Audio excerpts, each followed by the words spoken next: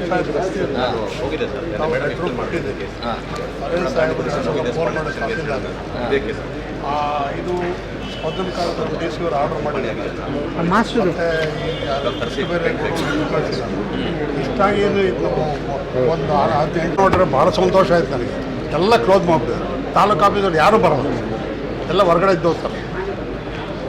ಮಾಡಿದ್ರೆ ಏನೋ ನಮ್ಮ ಮನ ಮರ್ಯಾದೆ ಮಾಡಬೇಕು ಅಂದರೆ ಜಾಸ್ತಿ ಸರ್ ಕೆಲಸ ಭಾರಿ 20 ವರ್ಷ ಮೇಲಾಗಿದೆ ಸರ್. ನಾನು ಹೇಳ್ತಾ ಇರೋದು ಅಲ್ಲಲ್ಲ, 20 ವರ್ಷ ಮೇಲಾಗಿದೆ. ಈ ರೆಕಾರ್ಡ್ ಸುಳ್ಳು ಅಂತಲ್ಲ, ಇದೆಲ್ಲ ನಾನು ಮಾಡ್ತಿದ್ದೆ ರೆಕಾರ್ಡು. ಅಲ್ಲ, ಇದು ನಾನು ಮಾಡ್ಕೊಡ್ತೀನಿ ರೆಕಾರ್ಡು. ಇಷ್ಟೊಂದು 2 ಫೈಲು ಇಷ್ಟು ಮಾಡ್ಬೇಕಾದ್ರೆ ಎಷ್ಟು ವರ್ಷಗಳು ಓದಾಡ್ತಾ ಇದ್ದೀನಿ. 8 ಕಾಲು ಗುಂಟಲ್ಲಿ ಚಪ್ಪಡಿ ಮಾಡಿದ್ದಾರೆ.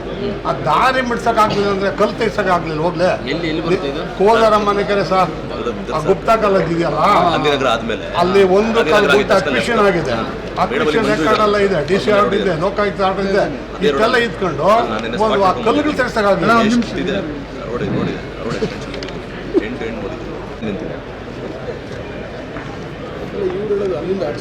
ಅಲ್ಲಿಂದ ಆಚೆಗೆ ಇದೆ ಅಂತ ಹೇಳ್ತಾರೆ. ಬಟ್ ಅಪೋಸಿಷನ್ ಆಗಿರೋದು ಅಷ್ಟಕ್ಕೆ ಕಾರಣವಾಗಿದೆ. ರೋಡ್ ಆಗಿದೆ, ತೆಗೆಸ್ಕೊಟ್ಟು ರೋಡ್ ಮಾಡಿದ್ರೆ ಡಾಕ್ಯುಮೆಂಟ್ಸ್ ಏನಿದೆ ತೋರಿಸೋಣ. ಇದೆ ನೋಡಿ ಸರ್, ಒಂದು ಹೊರೆ ಇದೆ. ಅಲ್ಲ, ಅಲ್ಲಿ ಬಂದಾಗ ತೋರಿಸೋಣ, ಸ್ಪಾಟಿಗೆ ಬಂದಾಗ ತೋರಿಸೋಣ. ವೆರಿಫೈ ಮಾಡ್ತೀನಿ ಸರ್. ಆಮೇಲೆ ಇನ್ನೊಂದು, ನಮ್ಮ ತಂದೆಯವರ ಹೆಸರಿಗೆ 1 ಎಕರೆ ಮಂಜೂರಾಗಿದೆ 72-73ರಲ್ಲಿ. ಅದನ್ನು ಪಾವಣೆ ಮೆಡಿಟೇಷನ್ ಖಾತೆ ಏನೂ ಮಾಡಿಲ್ಲ. ಈಗ ಬೇರೆಯವ್ರಿಗೆ 17-18 ಸಾಲಲ್ಲಿ ಬೇರೆಯವ್ರಿಗೆ ಮಂಜೂರು ಮಾಡಿದ್ದಾರೆ. 5 ಕಿಲೋಮೀಟರ್ ಒಳಗಡೆ ಮಾಡಬಾರ್ದು ಅಂತ ಸರ್ಕ್ಯುಲರ್ ಇದೆ. ಅದು ಬೇರೆಯವರು ಮಂಜೂರು ಮಾಡಿ ನಮ್ಮ ಖಾತೆನೇ ಮಾಡಿಲ್ಲ. ಏನೋ ಸುಮಾರು ಅರ್ಜಿ ಕೊಟ್ಟಿದ್ದು, ಅದು ಲೆಕ್ಕದಲ್ಲೇ.